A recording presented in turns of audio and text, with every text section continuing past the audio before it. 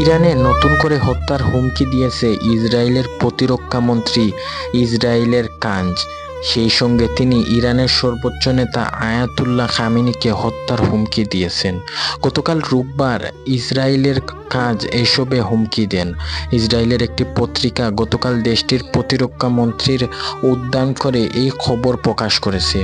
পত্রিকাটিতে বলা হয়েছে, ইসরায়েলের কাঞ্জ এবং দক্ষিণাঞ্চলের রামায়ণ এবং বিমান ঘাঁটি পরিদর্শনে গিয়ে ইরানের প্রতি এই হুঁশিয়ারি দিয়েছে। ইসরায়েলি প্রতিরক্ষামন্ত্রী বলেন, আমি এখান থেকে স্বৈরশাসক খামেনিকে স্পষ্ট করে একটি বার্তা দিতে চাই। আপনি যদি ইসরায়েলকে হুমকি দেওয়া অব্যাহত রাখেন, আমাদের লম্বা হাত আরও শক্তিশালী হতে আবারও তেহরান অবধি পৌঁছে যাবে। এবার ব্যক্তিগতভাবে আমরা কারো কাছে পৌঁছে যাব না।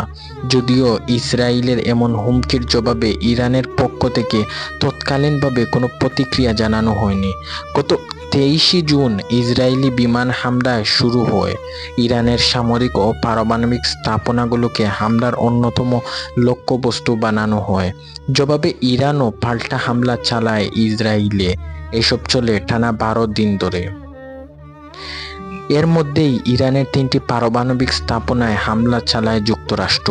জবাবে তেহরানের পক্ষ থেকে মধ্যপ্রাচ্যের সবচেয়ে বড় মার্কিন সামরিক ঘাঁটি আল উদাইসে হামলা চালায় ইরান। এই ঘাঁটিতে কাতারে অবস্থিত।